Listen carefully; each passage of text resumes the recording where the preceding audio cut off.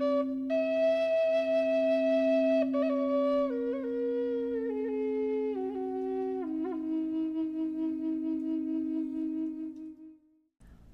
to the Metamorphosis Healing Podcast. I'm your host, Emily Chu, clinical hypnotherapist and meditation coach. Here we merge science, psychology, and spirituality to guide you on a journey of profound transformation and enlightenment. Each episode delves into the power of the subconscious mind, the art of mindfulness, and the wisdom of the mind and body. Together, we'll explore how to transcend trauma, get comfortable with our emotions, and embrace a life of authentic peace and empowerment. Allow this podcast to be your sanctuary for discovering the limitless potential within. Let's take flight together and begin your metamorphosis.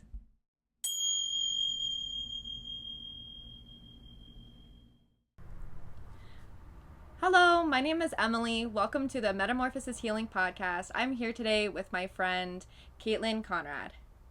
Hi, I'm Caitlin. I'm really excited to be on this podcast. Emily is a good friend of mine.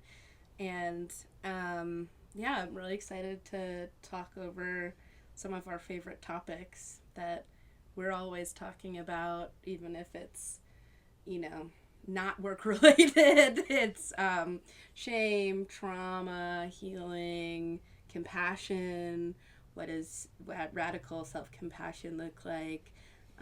Emily and I actually met each other in a space where she introduced herself and talked about the importance of self-love and radical self-compassion, and it was something that I felt like I was always talking about, and I hadn't really heard echoed back to me in that same space. And since then a friendship has been formed, and I think it's really exciting that we're both here today to chat about our favorite topics. Yeah, same. I'm really grateful to have you here today. I'm grateful to have you in my life, and she is my favorite person to go to for a lot of different things. She helps me with my day-to-day struggles.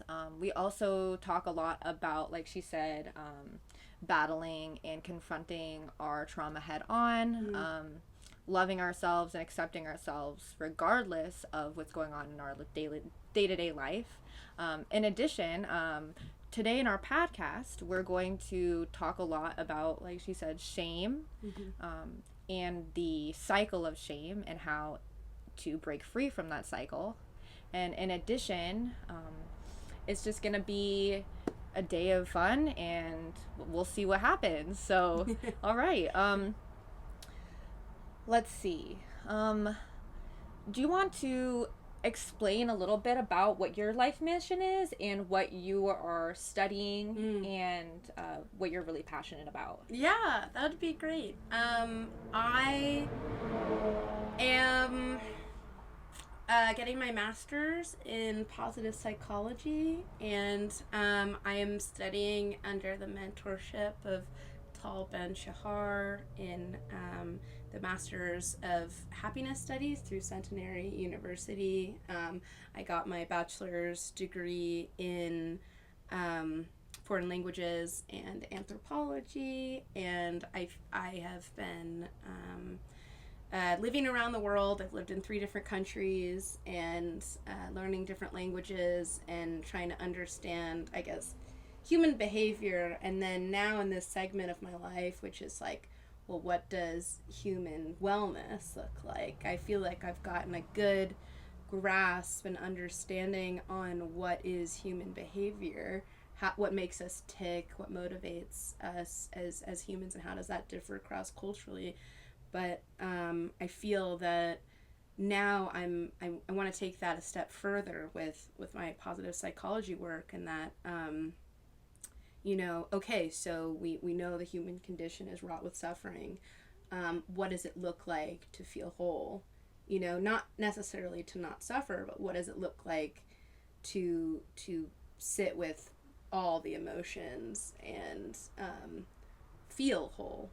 I feel like the biggest scam that we're sold in, I guess, contemporary society is that we are not whole. We're fragmented, and we need different things in order to make us whole, you know? And so I feel that my work now, I feel like in my undergrad and some of I became a housing navigator and social worker after graduating my bachelor's. I've just gotten a real sense of at least a tiny slice of life, what's going on and as it relates to suffering. And my interest now a lot aligns with wholeness. Like, what does that look like? And for me, that means self-compassion and freedom from shame, because I feel that shame is the point that I guess is kind of like, that's what drives the feeling of lack of wholeness, and is that sort of hamster wheel. Absolutely. You made some really good points, and thank you for sharing your story. Yeah. I really like what you were talking about regarding the journey to wholeness and feeling complete as an individual. What does that look like? What does that feel like inside? And how do we actually apply the principles we've learned into our day-to-day life? My goal in this podcast, too, is to help the listeners to actually take away tangible practices that they could apply into their lives as well, because we could talk about shame and how to heal from it all day long, but if we don't actually understand how to apply it in our lives, we could get stuck. So I think that this is a great direction we're heading, and so I have a couple questions for you. So what does wholeness mean to you? I guess wholeness or embodiment or kind of some of those individuation, it's like, for me, it means I'm not picking up on anything new, you know? I'm just picking up on the idea that I was never broken. I was never broken, and it's a scam, you know?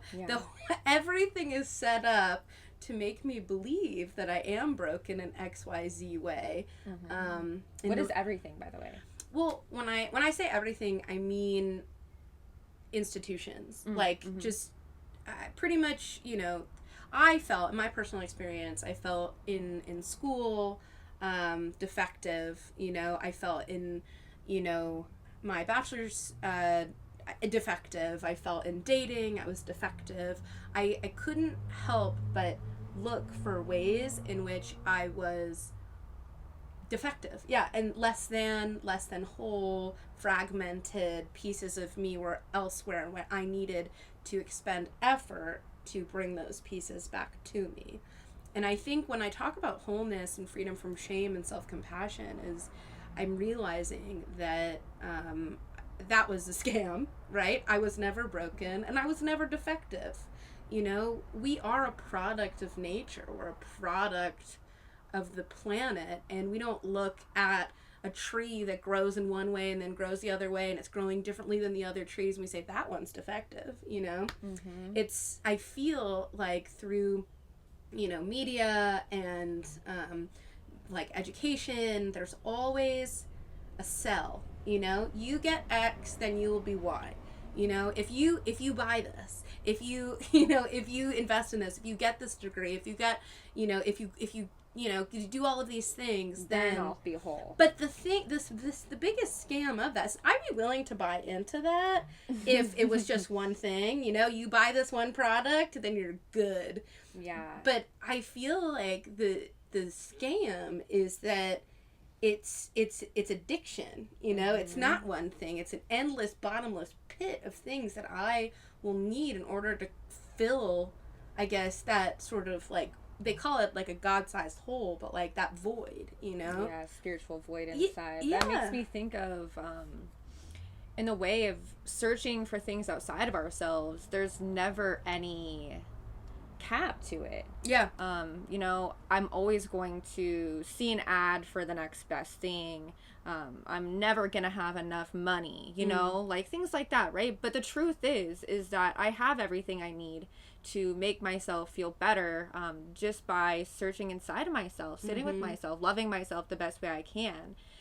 And in times in my life where I find that I'm, you know, craving more caffeine, or just looking outside of myself for answers, whether it's obsessing over a specific topic or going from person to person to person to get their opinion, you know, I'm neglecting myself. I'm avoiding myself and what is true to me. And running away from my emotions. And I think that we could tie this back into shame too, is that, like you were saying, shame is one of the foundational core emotions that lead you into a pathway of destruction. It's self-destruction, really, because it's the cycle of shame. Once you feel shame, you know, let's talk about what shame comes from first, right? So, and what shame is. Do you want to? Yeah. I think, you know, there's a lot of more esteemed researchers like Brene Brown and such who've helped me kind of conceptualize it. But shame is just I'm bad, I'm defective, I'm broken. There is something fundamentally wrong with me that needs fixing. And what does that come from? You know, and that can come from anywhere, but typically it's wounding in childhood, and it's cycles of abuse that travel and pass on and on and on. And the thing is about shame specifically is that when people don't feel it, I found this to be true in my own life, but and in my feelings, and then in others, like when I am avoiding emotions and I'm running from even sitting with shame, right? Like I continue narcissistic patterns of behavior, and that's for me in my life. I've gotten to know kind of past generations of my family, and it's typically harm that's passed on and passed on and passed on, and the reason that it continues to be passed on is that it's not discussed. It's not talked about, swept under the rug, you know? And so... that pattern keeps reappearing. The pattern keeps happening. And so the thing about shame is that it's so deeply inherited, I found. Like, and it's even more inherited when the you know, harm or the harm bringer, or you know, in the abuser, or you know, the person who is causing the harm and running away from their feelings, like when that happens, I absorb, or whoever I've harmed absorbs 2 times more shame, because it's not only my own shame of having been abused, but it's also the shame of the person who's unwilling to feel it. Yeah, you're absorbing their energy as well as now your own. And I think that there's just this kind of people are always people. You know, I mean, I've been in cycles of addiction, and am only now accepting my wholeness because I've accepted how fucked up I am, you know, and my ability to cause harm, and the fact that I will likely always be causing harm on some level, and I hate that, you know. I don't want to have a negative effect on anyone ever, but it's more about kind of taking an accurate account of like, what am I avoiding, what am I not feeling, and who's getting the brunt of it.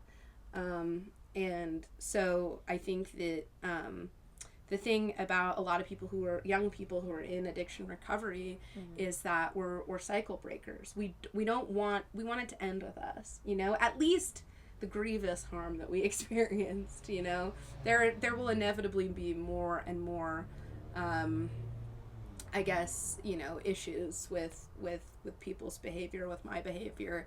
But I think for me, the big thing is I don't want to hurt people in the same way that I was hurt.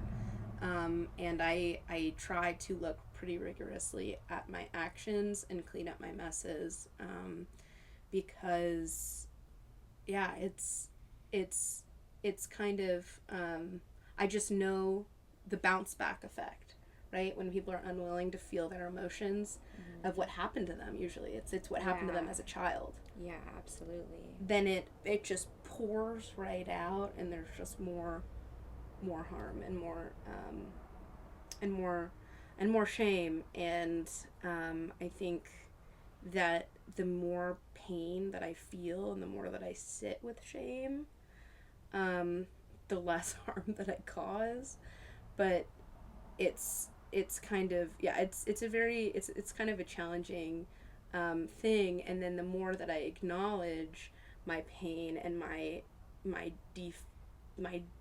my issues, the more that I acknowledge them, and I say, okay, part of myself that is an asshole, okay, part of myself that takes advantage of people, I see you and I love you, and please take a back seat, right? Yeah. Because adult me is going to drive from now on. But that is such hard work to acknowledge that I have everything that has happened to me in me, and I have a propensity to cause grievous harm, especially to ourselves. To ourselves, yeah, to ourselves. I mean, through addiction, through self-harm, suicidality, acknowledging that I have a propensity for that, and then loving that part of myself is typically where I find the relief, right? And like, if I love the part of myself that's an asshole and takes advantage of people,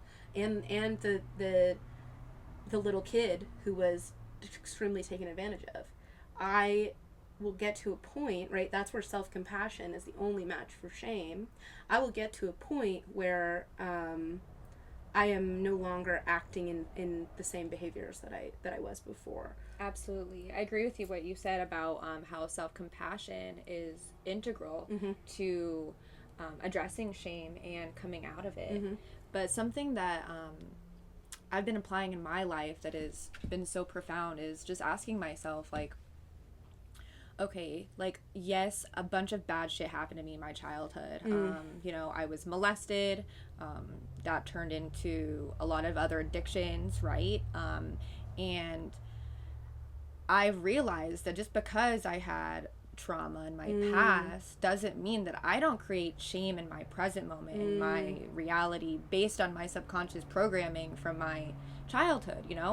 Our subconscious is actually in control of over 90% of our behaviors, our actions, everything. So how do I get out of shame and into happiness and joy? And for me, and what I've found and experience is living authentically and living my truth. So every time that I'm not connected to my body, and it starts with awareness, like being aware of my body, being aware of my thoughts.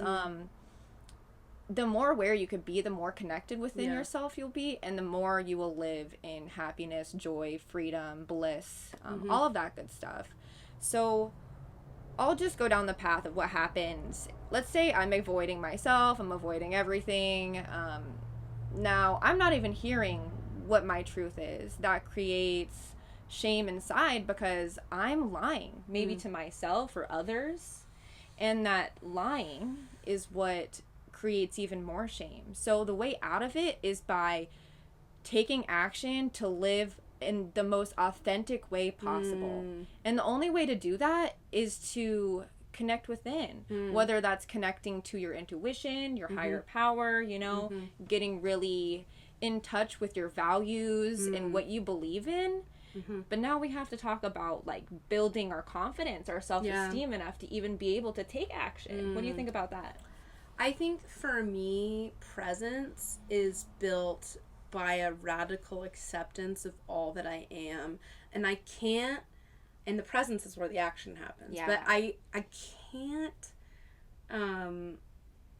take action and I can't be present if I'm too much in either direction. How amazing I am or how terrible I am, right? I need to feel my own duality. Humility. Yes. Well, and also it's not like, because, right, humility is I'm either the best or the worst, but it's like, actually, I am so amazing and so fucked up, and I am both of those things. Yeah. And that's okay. And I'm going to keep fucking up, you know? Like, I'm going to keep saying inappropriate things. I'm going to keep trying to integrate and learn. But it's like, there's no perfection, you know? It's an illusion. I think that, absolutely, that's true. I think for me, like, I'm only able to take action when when I'm right sized, right? When I have a balance of, like, I guess, right? Because it's all paradox and it's all duality.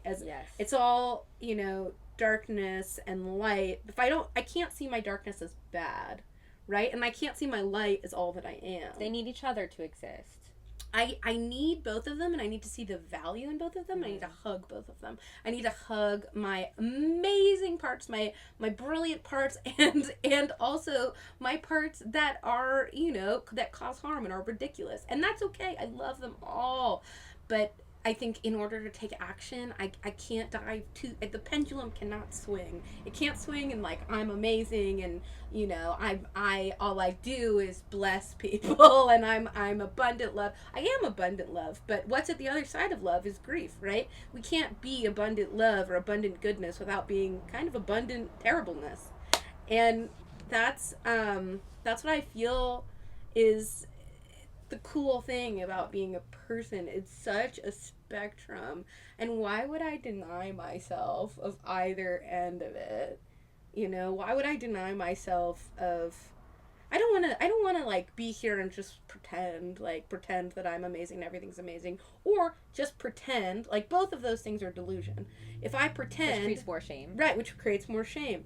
If I pretend that all that I am is light and love, you know, then I'm in delusion. But if I pretend that all that I am is harm and destruction, I'm in delusion. But if I just hold all that I am with my multiplicity at the table, and I say, I love all of you parts, and none of you are better or worse. So I'm not very into the idea of negative emotions. I think I like that quote that's like, see your life as it is and kiss it.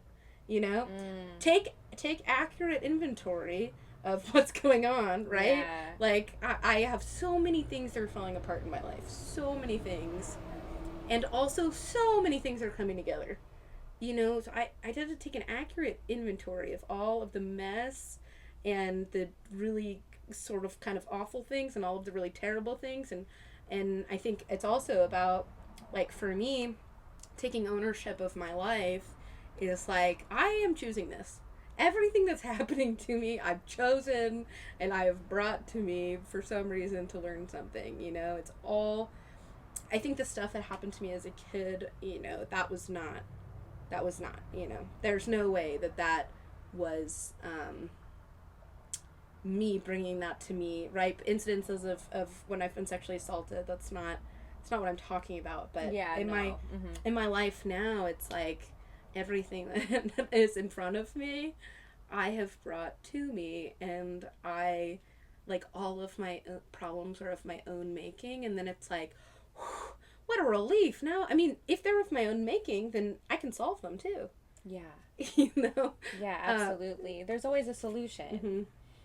And a book that I've read that I really love is called The Secret Language of Feelings. This ties back to something you were saying a little while ago about how it says no emotions are bad. It's just, is this emotion justified or based in reality? So we could feel the emotion, figure out what it is.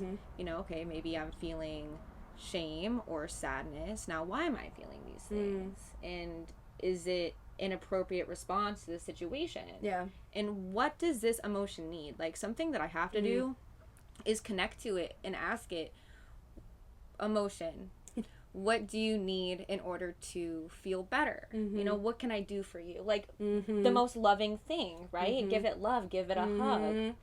And sometimes that takes communication. Sometimes, like you said, it's like it's all just acknowledging it. Like, I see you, I love you, you know? I really we're like complex beings. We really are. It's that's a lot. such a good point, I think. And what a gift that is to be so complex. We're such intricate puzzles, right? It's so fun. Yeah, and I feel like mainstream knowledge is wrong, right? Like, I don't know, like depression, all of these things, like they're all showing up to teach us something, and and addiction, right? They're not bad things. They're showing up to give us an alert. Anger too, right? Anger is a message. It's a message. It's a message that something is awry, that there is an injustice, you know? And whether or not it's something that I have caused or has been brought to me, you know, does not really matter to anger. I think like, anger doesn't you care. know, it's like the feelings don't, if I've caused it or it's happening to me, either way, it wants to be seen and held. And I think since I've realized that my emotions are a gift, then they've started flowing through me more, I guess, more quickly. Yeah, like that's beautiful. Yeah, like it's I think that I was so numbed out in addiction for so long and dissociated as a kid, and now I'm at this point where I have like separation from substances, and I am like becoming, right? And so I'm like, what am I actually here for? Like, what is the point of being a person? And for me, it's like, it's the roller coaster, you know? It's to feel. The feelings are crazy, and the more that I feel, the more I'm like, ooh, I kind of love this. You know? Like, even the more emotions that are of discomfort. I need them both. I like it all. I think because you know, there's always a rainbow after rain, and the thing that is that, like, rain isn't bad. It's actually so cleansing. Like, anger, fire is purifying and clear. It's there's a lot of clarity in that, and it can be empowering if you use it in the right way. And it's empowering. For me, it's about like feeling and welcoming my feelings. And then you said this to me a little bit earlier, which is responding rather than reacting, because I have just gotten access to my anger part. I love parts work, and I've just gotten access to my anger part, and so I'm what like, is part work? Can you explain it to everybody? So parts work is essentially it's this cool kind of therapy tool where, like, people can use it with like tarot cards or just in visualization, like this is my shame part, this is my anger part, this is my asshole part, this is my comedy part, this is my loving angelic part, you know? These are all of the parts that make up me, and I'm not just one of them. I like to imagine them all sitting at a table together, and we're like, okay, how can we get all the parts in alignment with each other so we're not always going opposite directions? Like, who needs to drive the bus? It's like that movie. What's that movie? The Inside Out. I think like, anger should not be driving my bus, and shame also should be, but they're not the most responsible with the bus. You know, they either want to crash it or crash into someone, and it's kind of like, all right. I mean, sometimes I feel like hijacked by my emotions, because I'm like, and I don't know, there's something, feeling feels so good. There's not a feeling that I don't welcome, but sometimes I'm like in it, and then it doesn't pass through, and I'm like, oh, this is all that's ever been. If I don't act dramatically, then I won't I guess make anger happy, or like, it's like, why am I people pleasing my anger? You know? Yeah, absolutely. Now that we are clean out of our addictions, we actually have an opportunity to feel. And then what that makes me think of is when emotions come louder than others. I'm grateful today for the fact that I could actually feel my emotions, because the more that we connect to them and the more that we welcome them and bring love into them, the more those unprocessed emotions that are buried deep down inside our souls feel safe to come out and to be heard finally. I think that's such a good point.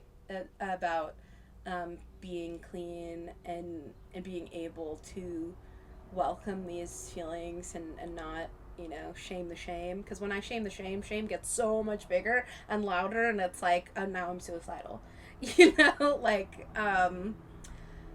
I'm really grateful, especially I'm grateful that I have access to anger, which is something that I haven't felt since I was a teenager. I just completely shut off that part of myself. Yeah. And as a result, I mean, I the thing is that about repressed emotions and shut off emotions is it's like no one's doing that because they want to. I was gonna ask you that, right? actually. It's always to survive. Like we shut off a feeling. Like I'll let it could be anger or any kind of empathy. Closing out your heart, empathy. maybe putting a wall up. Yeah, it is truly a survival mechanism wherein our body tells us if we do not shut this part of ourselves off, we will die. Yeah, our body doesn't use energy for no reason. There's always a reason behind it. Whether that reason is maladaptive or it's beneficial. Yeah, and typically when things happen in childhood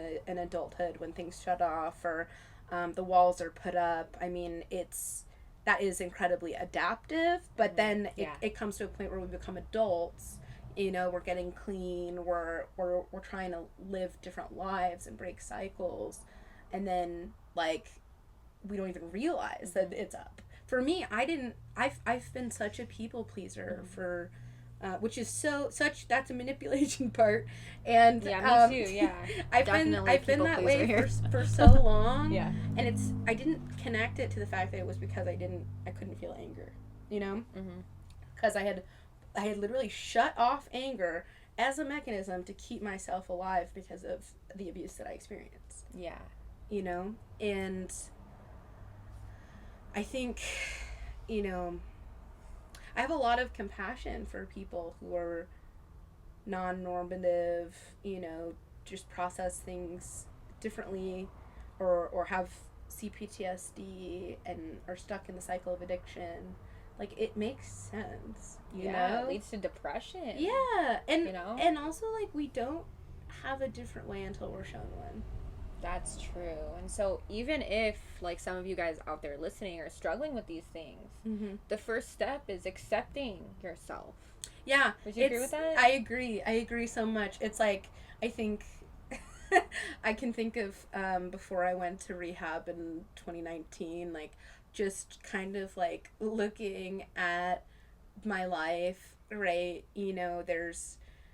There's just so much unmanageability, and like I am an addict and I am going through all of these things, and I will likely not survive if I go down that path. And then I had to accept that about myself. And then I feel like for me and for a lot of people that I meet in addiction recovery is like there's this moment where it's not us, like I feel like for me in that moment, like I really felt like it was a power that wasn't me, that was like gave me enough love to accept myself in the moment and go to a fucking treatment facility and be like, hello, a moment of clarity.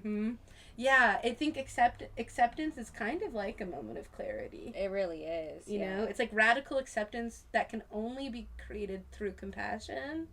Because if we're always thinking about how bad a habit is or how bad a thing that we're doing is or like I won't change. Like I need a... Yeah, I get stuck.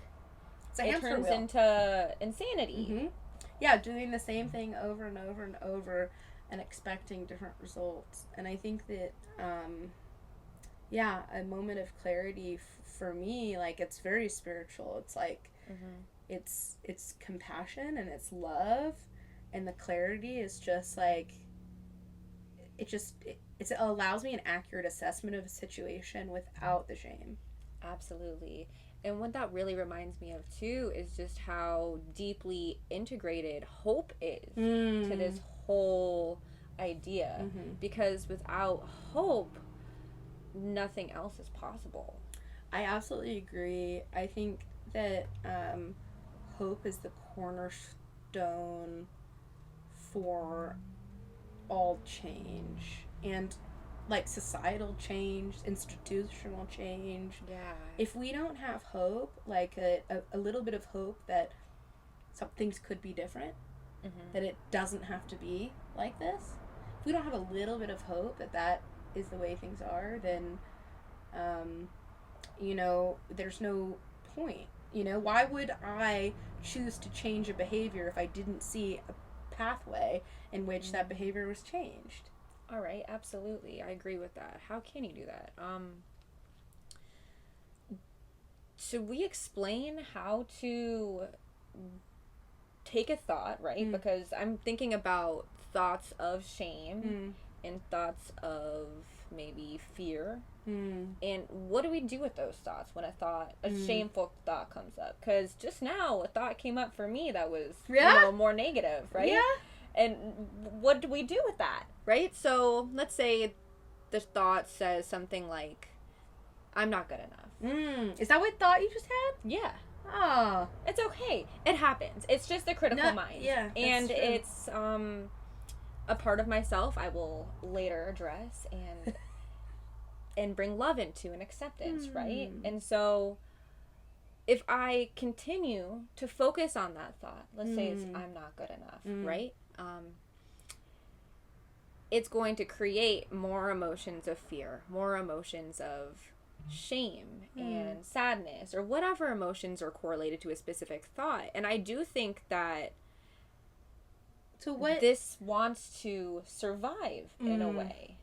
And so by choosing to just accept it where it's at, and in this moment, I don't have the means. I mean, we're in a podcast at the moment. I think we should do it right now. Do it. Okay. Let's accept it right now. Okay, so this is perfect. Let's bring you to the table. Okay, yeah. And all of your multiplicity and the part. Let's talk to your part that says you're not love good it. enough. Okay, good. What is not good enough, Emily, want to say?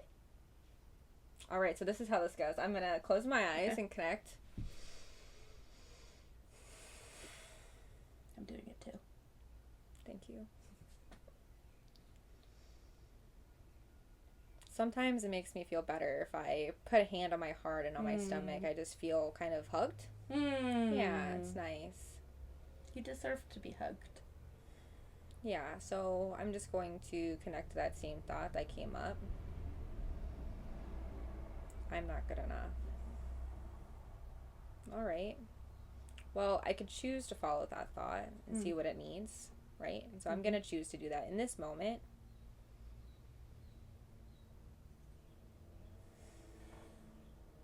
And it just wants to feel loved. It wants reassurance that I am good enough, right?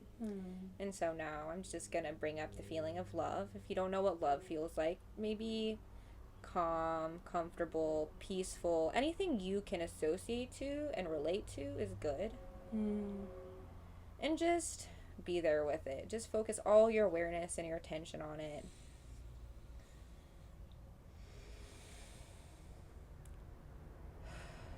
Sometimes you'll feel a little release of energy, or you might yawn. For sure you'll feel better afterwards. And that part of yourself that's been hidden inside deeply is now free. And you have more energy to focus on more important things, or not more important things, but just your life mission, whatever is important to you that you want to spend your time and energy on. And that's it. Yeah, at least for me. Does it work differently for you? That was great. I think I have a lot of shame-based thoughts. Even if I do this is a free pro tip. Every single day I try to pray, because I'm very spongy. A lot of that is a function of trauma, and a lot of that is just base neurodivergence. But I try to pray for energy that's not mine to be released from me. And then I'm left with what's just me, And I think, like, after I do that kind of a prayer, because I never know if I'm picking up on my feelings of being not enough, or I'm in a crowd and that's what everyone's feeling, or I'm in a high stress situation. So like when I was a social worker for a year, at a housing at an HIV organization, I always came home with like these feelings that like I was homeless and that I wasn't going to survive the night and I was deeply sick. And I think, I mean, a lot of that is sort of deep empathy, right? And it's like a trauma response, but it can be very helpful in our line of work. So I think for me, the first thing when I get a thought like that is like, whose feeling is this?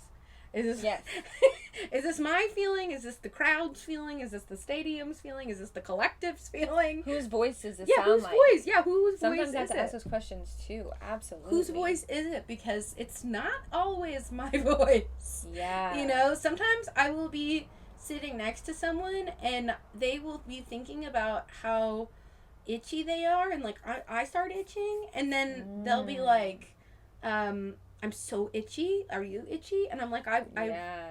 it's like, so I have to be like, whose voice is this? And then I kind of like to see like, where is it coming from? Like, am I don't know, is this, because it's like usually there's a trigger moment for my shame-based feelings. I have an interaction with someone. Yep. And I think that we always, or I can speak for myself, if I have a belief about myself, I'm always looking for proof for it. You know, positive or negative. You know, if I believe that I am annoying, and that is what I believe today, I will walk around my day, and it's in there. That's like, I may not even know that, but I walk around and then I see, oh, well, that person scoffed at me 2 times, and that person didn't pick up my phone call, and they're all kind of, I guess, proving my belief that I'm annoying. Yes, but it's just your perception of what's happening around you based on your belief that you have. Yeah, and that's why core beliefs are so important. Yes. You know, and this is important, guys. Core beliefs are everything. Yeah, and it's kind of like, you know, I think, what I believe quite literally creates the reality in front of me. So if I believe that I'm annoying, people may not actually find me annoying that day, but I will always, my reality will be adjusted so that it matches my perception and my belief.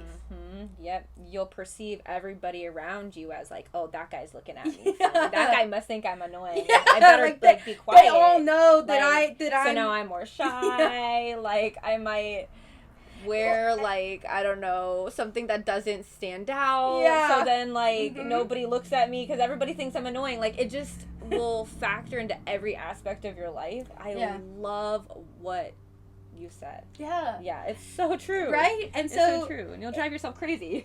So it's like kind of like a question that I ask myself. It's like, is this whose voice is this? Is this a core belief that I've been telling myself this and since I woke up? And is it a belief? What belief is it connected to? If it is my voice. If it is my voice. And so sometimes if I'm like, okay, this doesn't even sound like me, this is just like, because we are a conglomeration of the people we're around, and if we're around inner childhood program, right? And if we're around people, you know, in a certain office or roommates or anything, and there's a consensus of something, and we pick it up, it's like, is that actually, is that my beliefs? Like, is that true? You know, and like if I have kind of like a homophobic thought, right? I'm like, I'm so gay, and internalized homophobia is real, but then I have to backtrack and be like, wait, who was I around today? You know, like, was I around conservative family members all day, and even though they didn't say anything like that, it popped into my head, and now I'm thinking something homophobic. Did I hear something on TV?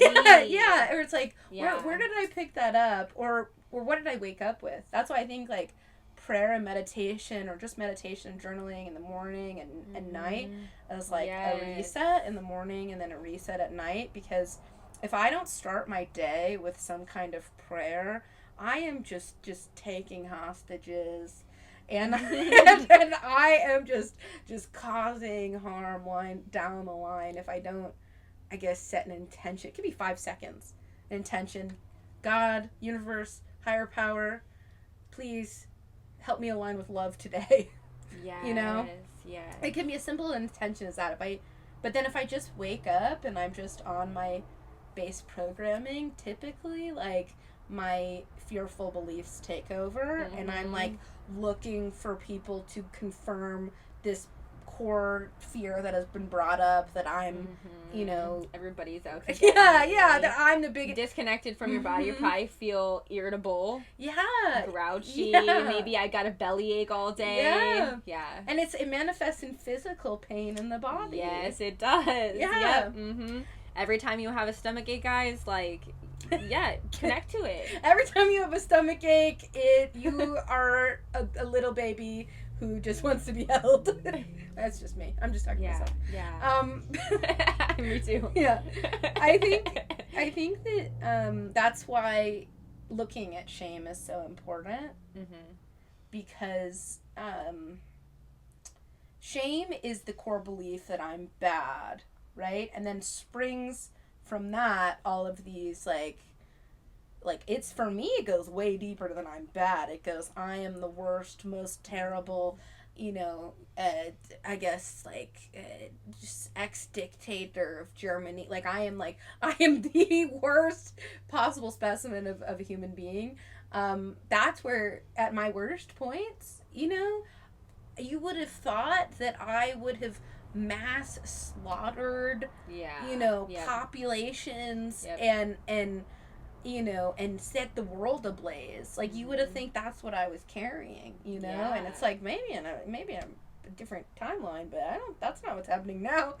And so I think, I don't know, I think that's why looking at shame is so important, because the shame is like the belief that I'm bad, I'm a monster, I'm unlovable, XYZ, any kind of belief about being defective. Yeah. And then we look for it all the time in our day. Everyone does. Everyone has core beliefs, and we all look for things to bring true. It's like, what if we felt loving things about ourselves? Yeah.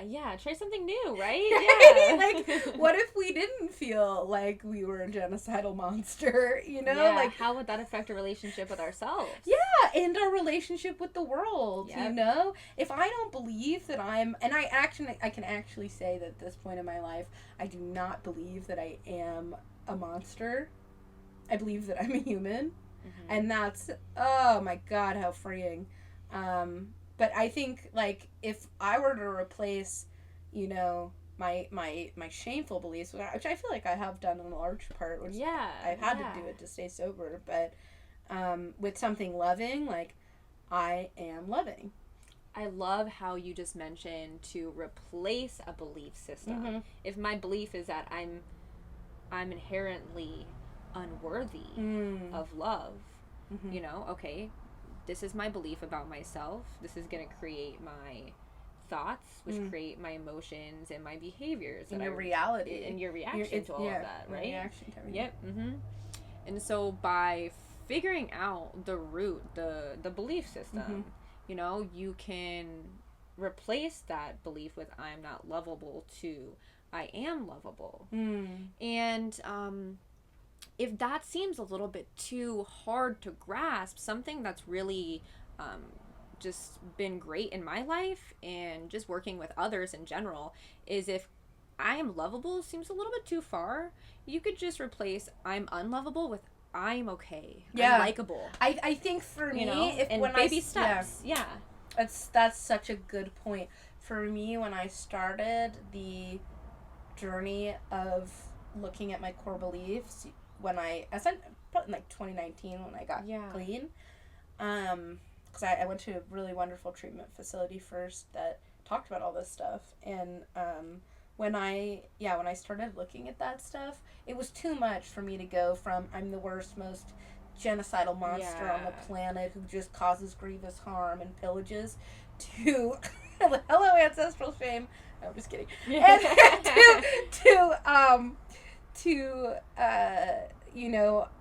And I am lovable, I'm worthy, I'm deserving. I was too far. I am now at that point, it's 5 years later, I'm now at the point where I can say I'm lovable, I'm worthy, I'm deserving. That took 5 years of intensive treatment, therapy, sobriety, all the things. I threw, psychiatry, threw everything at it, and I can finally say that I'm lovable, I'm worthy, and I'm deserving. But I think for years I just had to say, like, I am, and, like, there's neutrality, like, have total neutrality. It's like, kind of talk about, like, body neutrality, like, I'm not, I wasn't able to declare my lovability or my worth, but I was able to declare that I existed, and then later on that I'm a person too. Yeah, we're all lovable. Right? We're all worthy of love as equal human beings living in a society, in this earth together. Yeah. I think that for me, like, it was just that, like, lately I've been thinking about, like, plants and how they don't walk around. They don't like, do their plant thing, or, like, birds, and they're not like concerned with whether or not they have worth. They just photosynthesize and provide oxygen, and, like, and everything else in the biome, like, it doesn't, and just, like, the earthly biome has its role, and it doesn't just, it's not concerned with whether or not it's worthy or lovable. It just is because it exists. It's just in the present moment. Yeah, when you look at a plant, something that I really noticed lately is just, like, how still it is. Yeah. Oh my God. Pretending to be a plant. Visualize and imagine yourself as a plant, and you will become still and with your roots deeply planted in the soil, the dream. I think I've got, like, 10 more lifetimes in me before I get to be a tree. I'm not kidding. That's my goal. I really feel next I'm on a different plane as a abstract blob, because that's all I've ever wanted to be, and then hopefully I evolve enough in which I am lucky enough to be a tree, and and have that amount of just sort of patience and love and other centeredness that trees have. Yeah, so cool. So cool. And I think that's like, I couldn't declare my lovability, but for a while, it took me a while to get to the point of neutrality, where it's just like, I'm a person, everyone else is a person, and so I'm a person too means that, like, if, I don't know, that just, I am allowed to exist. I think that was part of it. Like, I'm allowed to exist. And then it was hard. I finally got to a point of neutrality with myself, where it was like, I just kept telling myself, I'm a person too. Right? One of the best ways we learn is by repetition. The more you tell yourself, the easier it becomes to believe. Yeah, that's a really good point. I mean, it's like affirmations. Yes, affirmations. For me, I couldn't do, like, an affirmation that was like, I am abundantly loving. I am the product of the universe. I'm a goddess. Now I can kind of do that shit, but like, for years it was just like, I telling myself I'm a person too. And so if people are allowed, my logic was that if people, like, everyone is worthy. That is something I've always believed. Yeah. Because they are. Like, that, who am I to say that one person isn't worthy of, human, like, life?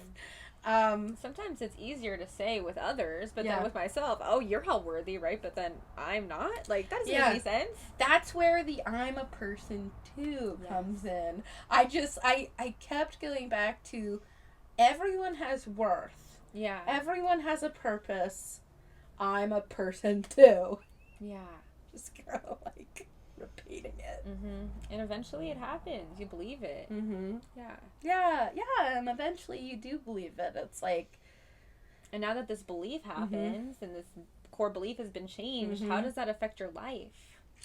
Oh, man. I think that's such a good question. You've been asking very good questions. I'm doing my best. Yeah, you're doing great. You've been asking very good questions. I think that when I was able to switch my core belief from I'm the worst, most terrible, pillaging monster, to I'm a person too, which took years. My life definitely transformed. And it was a lot through prayer and meditation and being of service to others, honestly. And when that changed, I wasn't looking for reasons that I was worse than everyone else. Mm-hmm. It was connection. It was like, Yeah. I'm a person too. Oh, we're all fucked up and we're all amazing. I'm a person too. That's connection. How did that change your thoughts?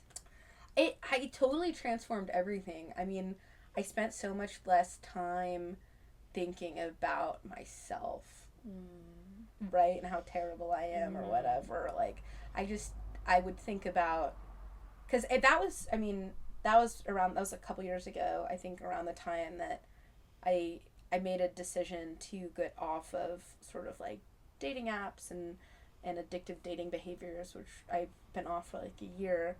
I think that was what really shifted, because for me, my shame is so entrenched with my sexuality and trauma. Yep. And so, and so I think making the conscious decision to step off of that hamster wheel. Yeah. And sounds like a really loving thing. Yeah, that you did for yourself. It was the most loving thing I've ever done for myself, and I think that's when I was able to get to the point of I'm a person too. And yeah. So from changing your belief, you're able to take action to do these loving things for yourself. Yeah, it's kind of like it's totally changed everything, right? Yeah, it's kind of like planting a seed and just watering it no matter what. If there's a hurricane, if there's a tornado, if there's a fire, just keep watering the seed. You know, keep showing up for it, which trusting in the process. Trusting in the process, right? That I'm a person too. Delayed gratification. Yeah.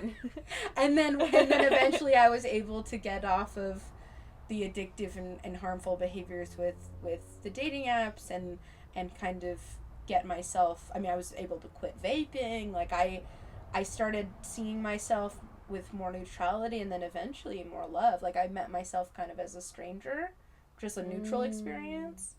Because I'd always just like hated myself, wanted to kill myself, which is not a neutral experience, and that's not an experience you have with a stranger. And then I kind of was able to get back to baseline, and I think a lot of it was, it was repetition, which you said earlier is so important, which is the affirmations of my recovery meetings, my regular therapy sessions, just like I pray and I meditate every day. That's something that I always do. It's building that relationship with yourself, showing up for yourself. Something this reminds me of is inner child work. Like, my inner child and my inner self, my soul was hurt from decades of shame and betrayal and neglect, right? But I found very quickly that just by speaking with my inner child and my soul just in general was so willing and so accepting of the love. So much grace there. So much. It was so forgiving. I know. And so I'm really grateful for that opportunity. So like my inner child is myself as a child, but in addition, my inner child is also my higher self. Wise, forgiving, accepting. And I believe that each person is the same in that level. I love that. Yeah, and I believe in the capacity for love in every person. Yeah. The people who, hurt me in the most grievous way as a child, I believe in their capacity to love. I believe in their worthiness. I believe in Donald Trump's worthiness. I believe in all of every individual's capacity for love and to show up as themselves, because I felt like I was able to do it. And I don't know, I think, condemnation or canceling people because they've made mistakes, I think that's not healing. That's not justice. No, it's not loving. It's not loving. Yeah, it's not loving. It's like everyone should have an opportunity to heal. And what I've learned is it's not my responsibility to love everyone. No, it's not. I that will break me. But that's God's responsibility. You know, God loves everyone. I'm allowed to dislike people and have anger towards people. That's okay. I believe everyone's worthy of love. I don't believe that I have to love everyone. Yeah, it doesn't have to be you. Exactly. And not everyone has to love me. You Yeah, know? yeah. Right? Like I am kind of controversial, right? Like people either love me or they're like, what in the hell? You know, like so that's okay. Like that's okay. I welcome people to share their authentic feelings with me. Yeah, just show up as you are, you know? Yeah, I think it's kind of like stop pretending. Like, Yeah. this chapter of my life is I'm trying so hard to just like cut the bullshit. Same. And every layer gets easier Yeah. and easier. Yeah, I think that I like my goals in life. I used to be concerned with how much I wanted to kill myself, right? And now I'm at the place where I'm concerned with, it would be really cool to walk in integrity, you know? Or, like I'm concerned with bettering myself, not because there's anything wrong with me, but because I love myself and I deserve the opportunity to walk in integrity and to be free and stable. Like I deserve that, and I finally feel that. So yeah, I think that it's kind of like the beliefs, right? The beliefs and the shame and the abuse and all of it. It's all connected, but every single person deserves freedom. It's not my job to love and free every single person. It is my job on this in this life to free and love myself. Yeah. And that's so true. My family, which is a lot of people are not related to me, but they're my family. That's my role on this planet. But everyone, it's there for the taking. Like what you said, like our spirit is so gracious and forgiving. The amount of re-traumatizing that I have done to myself in addiction and sober, you know, just harmful behaviors over and over and over again, just like really hurting myself in all the ways. Like when I went inwards and I asked my inner child, my higher self, for forgiveness and compassion, I felt like they were like, where have you been? You know? We've been waiting for this. Yeah. Absolutely. It's so beautiful. So it's about time for us to wrap it up. Is there anything else? Yes. Is there anything else that you'd like to share before we go? Or how can we put this all in a nice package? I guess I want to express gratitude for you and the work that you're doing, helping people rewire their subconscious brain. Like you said, it's 90% of our functioning. Yeah.